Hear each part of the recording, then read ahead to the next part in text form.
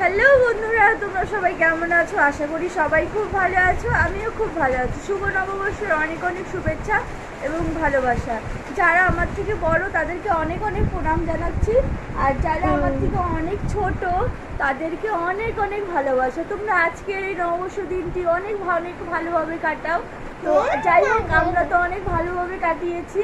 তো এখানে দেখতে পাচ্ছ সোনা বাবা তো একটু সাজুগুজু করেছিলাম, তোমরা তো দেখতে পাচ্ছ, কারণ আমাদের এক জায়গায় যাওয়ার কথা ছিল। তো বৃষ্টি হচ্ছে বাইরে প্রচণ্ড, তো বৃষ্টির কারণে আমরা যেতে পারছি না। আর দেখতে পাচ্ছ মেঘে গুরুম গারুম আওয়াজ হচ্ছে।